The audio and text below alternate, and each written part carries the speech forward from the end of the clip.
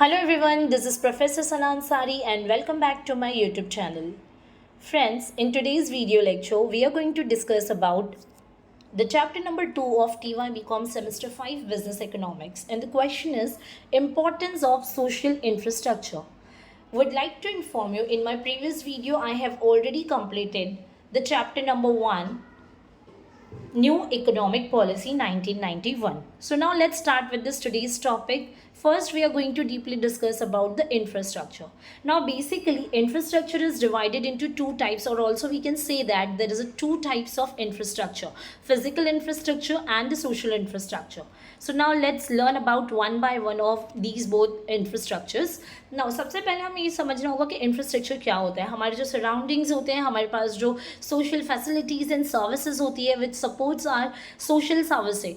For example, we can say to medical, healthcare, we have colleges, schools, universities, है ना. Apart from them, we can say that हमारे पास जो communication, transportations के लिए, या फिर जो power and energy, water distribution के लिए जो भी हमारे पास services and supports available है, वो हमारे एक infrastructure का part होते हैं. ठीक है. So basically आपको याद रखना है कि infrastructure दो types के होते हैं: physical infrastructure and the social infrastructure. So मैंने यहाँ पर छोटा सा mention करके दिया है आप लोगों को, ताकि आप इंट्रोडक्शन वाला पार्ट लिख सकें, या फिर अगर आपको ऑब्जेक्टिव्स वगैरह में कहीं पूछा जाता है या शॉर्ट नोट्स में, तो आप यहाँ से लिख पाएंगे. सो चलिए डिस्कस करते हैं अबाउट द फिजिकल इंफ्रास्ट्रक्चर.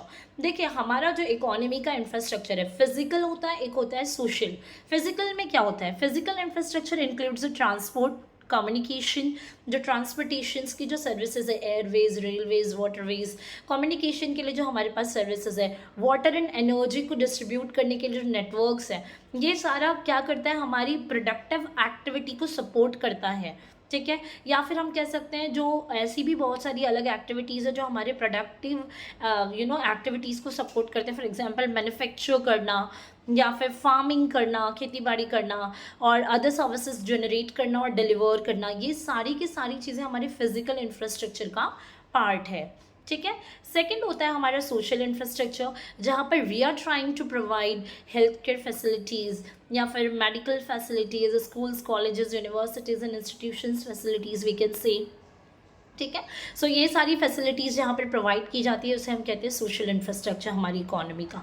सो चलिए स्टार्ट करते हैं इंपॉर्टेंस ऑफ सोशल इंफ्रास्ट्रक्चर. ना यहाँ पर दो टाइप तो है, बट हमें इस चैप्टर में फोकस जो है किस पे करना है? सोशल इंफ्रास्ट्रक्चर पे, फिजिकल इंफ्रास्ट्रक्चर पे नहीं करना है. सो इसीलिए हमारा क्वेश्चन यहाँ पर बनता है इंपॉर्टेंस ऑफ सोशल इंफ्रास्ट्रक्चर, जो आपको आपके बोर्ड एग्जाम्स में पूछे जाने के चांसेस हैं. So in India the social infrastructure is aimed at reducing poverty and equality of opportunities, improving delivering of education and healthcare, and providing a life of dignity to the vast majority. Basically India में जो social infrastructure का main M क्या है? हम हमारी economy को social जो infrastructure है उसको इम्प्रूव करने के लिए हमेशा से कोशिश करते हुए आए हैं कि अच्छा मेडिकल फैसिलिटी हो, हेल्थ केयर अच्छा हो, लोग लिटरेट रहें, जिसके लिए एजुकेशन फैसिलिटीज़ अच्छी होनी चाहिए. तो हमारा main M towards the social infrastructure ये होता है कि हम इससे क्या कर सकें? पॉवर्टी को रिड्यूस कर सकें, इक्वल अपॉर्चुनिटीज़ मिल सके लोगों को, जितनी भी एजुकेशन हेल्थ केयर सर्विसेज दी जा रही है उसके रिगार्ड्स में, और लोगों का डिग्निटी वगैरह इजीली मेंटेन हो सके.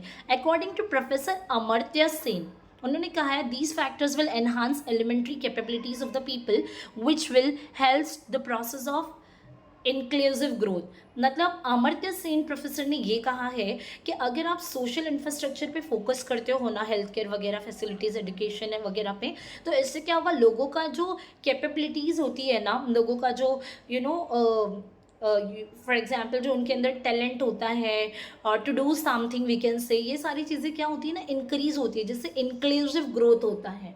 क्योंकि लोगों के अंदर अगर ग्रोथ होगा तो अल्टीमेटली हमारी इकोनॉमी का भी ग्रोथ होगा. ठीक है. सो चलिए स्टार्ट करते हैं. यहाँ पर वन बाय वन हमारे पास कुछ पॉइंटर्स है जो हमने डिस्कस करने हैं. So let's start with the point number 1 here. So importance क्या है सोशल इंफ्रास्ट्रक्चर के? So first importance is human development. अगर सोशल इंफ्रास्ट्रक्चर अच्छी तरीके से प्रोवाइड किया जा रहा है हमारी इकोनॉमी में, so it will helps to develop the human we can say human beings. Human development helps to expand people's choices and their opportunities and improving their quality of living. Without social infrastructure, human development is not possible to achieve. मतलब अच्छी तरीके से अगर आप socially services लोगों को दे रहे हो, तभी जाकर क्या होगा, एक लोगों का डेवलपमेंट होगा. Human development is not possible to achieve without social infrastructure. क्योंकि अच्छा, अगर आप एजुकेशन सर्विस दे रहे हो तो people will be more literate. अगर आप अच्छा hospital, medical, health care services दे रहे हो तो लोग हेल्दी होंगे. सो इससे कहीं ना कहीं ह्यूमन का क्या हो रहा है, डेवलपमेंट हो रहा है. So without social infrastructure human development is not possible to achieve. Human development का जो लेवल होता है ना, कि लोग कितने डेवलप्ड है, इसको काउंट करने के लिए हमारे पास एक होता है जिससे हम लोग मेजर कैसे करते हैं ह्यूमन डेवलपमेंट को. So we measure the human development by HDI, that is what we call the human development index, which is developed by the UNDP. Human development index को किसने बनाया, यूनाइटेड नेशन डेवलपमेंट प्रोग्राम्स से बनाया गया है, HDI. और HDI के द्वारा हम ह्यूमन डेवलपमेंट को मेजर करते हैं कि लोगों के अंदर कितना डेवलपमेंट हो रहा है. ठीक है, इसके अकॉर्डिंगली आपको जो है एक लास्ट जो है डेटा दिया गया है, और मैंने यहाँ पर करंट डेटा भी मैं आपको ज़रूर बताती हुई चलूँगी. So human development measurement is a combination of statistics of life expectancy and education and per capita income. मतलब ये स्टैटिस्टिक्स होते हैं ना, मतलब हम सिर्फ ह्यूमन डेवलपमेंट में एक ही चीज़ नहीं काउंट करते, बल्कि लोगों का लाइफ एक्सपेक्टेंसी, मतलब लोग कितना जी रहे हैं. अगर ज़्यादा बीमारियां वगैरह नहीं है, इसका मतलब ये है कि हेल्थ केयर फैसिलिटी अच्छी हो रही है. हेल्थ केयर फैसिलिटी क्यों मिल रही है, because of the social infrastructure. ठीक है, सो सोशल इंफ्रास्ट्रक्चर अच्छा रहेगा तो हेल्थ केयर फैसिलिटी अच्छा रहेगा. हेल्थ केयर फैसिलिटी अच्छा रहेगा, सो लोगों का जो है डेथ रेट वो कम हो जाएगा. सो डेथ रेट कम है, मतलब लाइफ एक्सपेक्टेंसी क्या हो रहा है, बढ़ता जा रहा है. सो जब भी हम ह्यूमन डेवलपमेंट इंडेक्स काउंट करते हैं ना, तो लाइफ एक्सपेक्टेंसी देखते हैं, एडुकेशन लेवल देखते हैं लोगों का, और लोगों का पर कैपिटा इनकम देखते हैं कि वो लोग का इनकम कितना है नेशनल इनकम के अकॉर्डिंगली. ठीक है, सो इन तीनों चीज़ों का स्टैटिस्टिकली कॉम्बिनेशन करके ह्यूमन डेवलपमेंट इंडेक्स को मेजर किया जाता है. उसके अकॉर्डिंगली इंडिया का 2016 में 188 कंट्रीज़ में 131 पे रैंक था. अभी हम लोग करंट अगर 2021 ईयर का डेटा देखेंगे ना, सो 191 कंट्रीज़ में इंडिया का जो HDI है वो 132 रैंक्ड है. ठीक है, now second point is economic growth. Second importance of the social infrastructure is it helps to increase the economic. ठीक है, it helps to grow the economy. Economy की ग्रोथ के लिए हेल्प करता है. ठीक है, कैसे हेल्प करेगा, तो फॉर एग्जांपल मैंने यहाँ पर कुछ आपको की पॉइंट्स की जैसे दिया है. For example education is a part of social infrastructure, है ना. अगर लोग एजुकेशन बढ़ेगा, सो लोगों का हेल्थ केयर पे भी लोग ध्यान देंगे. हेल्थ केयर बढ़ेगा, so people can do hard work, people can do smart work. इनका प्रोडक्टिव मैन पावर हमको मिल जाएगा, मतलब जो अच्छे से काम करने की सलाहियतें जिसमें हो. फिर इससे आपका प्रोडक्शन लेवल बढ़ेगा. प्रोडक्शन लेवल बढ़ेगा तो आपका GDP बढ़ेगा, यानी कि ग्रॉस डोमेस्टिक प्रोडक्शन बढ़ेगा. GDP बढ़ेगा तो ऑटोमेटिकली आपका इकोनॉमी क्या होएगा, ग्रोथ होगा. So we can say that because of the education, और also we can say because of the social infrastructure economy का ग्रोथ भी बढ़ता है. ठीक है, चलिए next point is positive externalities. Externalities क्या होता है कि जहाँ पर थर्ड पार्टी को कुछ ना कुछ बेनिफिट हो.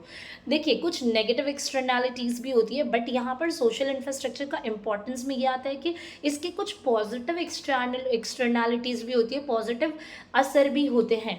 ठीक है, इम्पैक्ट भी होते हैं. For example, positive externalities is a benefit enjoyed by the third party as a result of transaction. Education, healthcare, and family welfare services provided through social infrastructure have some positive externalities.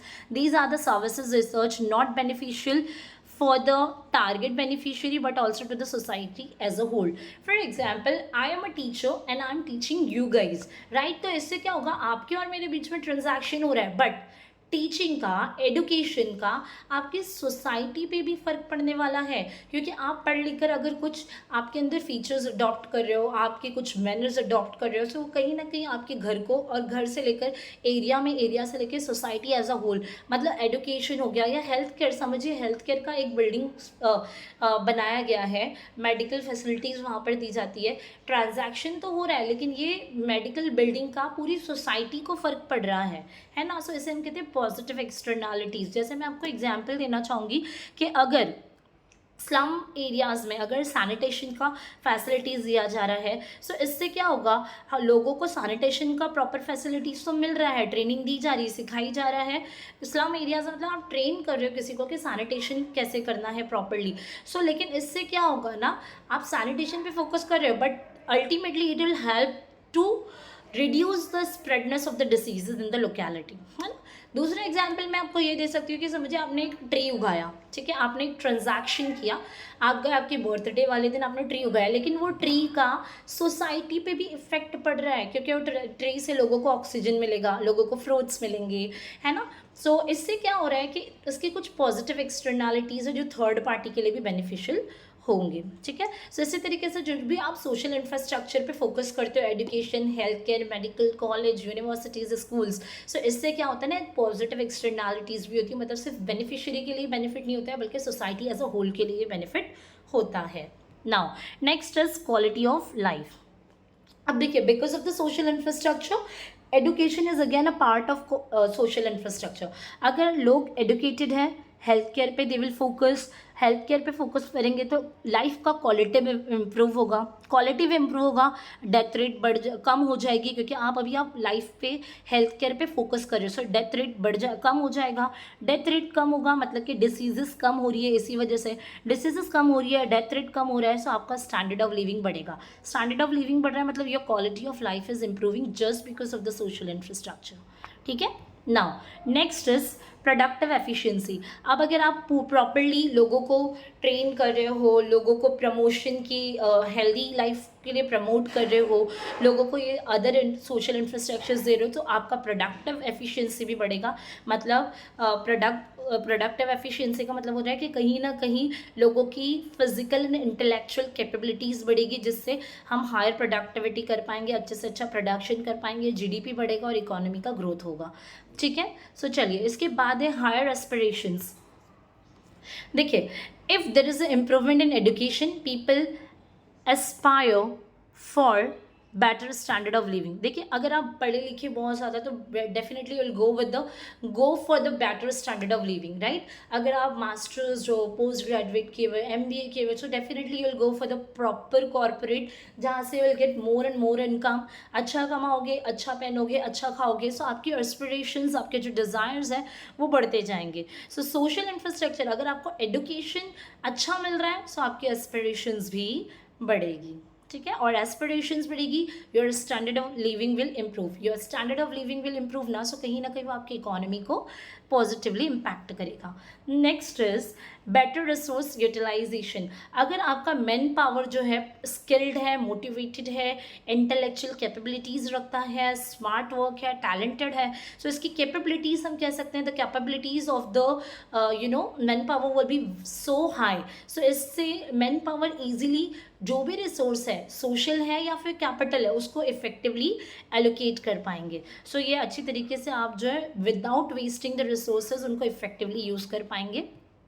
Then we have a last point. This is nothing but the social changes. Education enlighten करता है कभी भी, अगर आप देखोगे, सो ये हमारी society को हमेशा प्रमोट करने के लिए कोशिश करता है। जितने एजुकेटेड लोग होंगे उतना सोसाइटी ग्रो करेगा। So education is essential to bring about changes in social relationship between people, ठीक है।